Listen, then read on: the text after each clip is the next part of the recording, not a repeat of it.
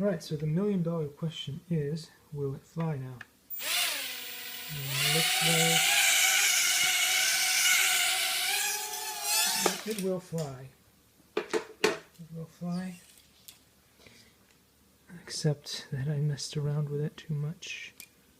And so one of the propellers came off.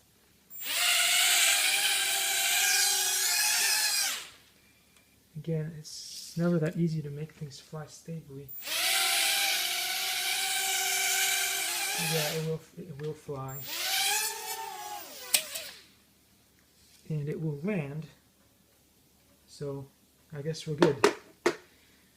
Now all I gotta do is test it out outside and see if it protects it when it hits things on the left side and right side. And if I prefer it, I may have to switch it to the other way so that it'll protect the front and the back. We'll just have to see what's most useful.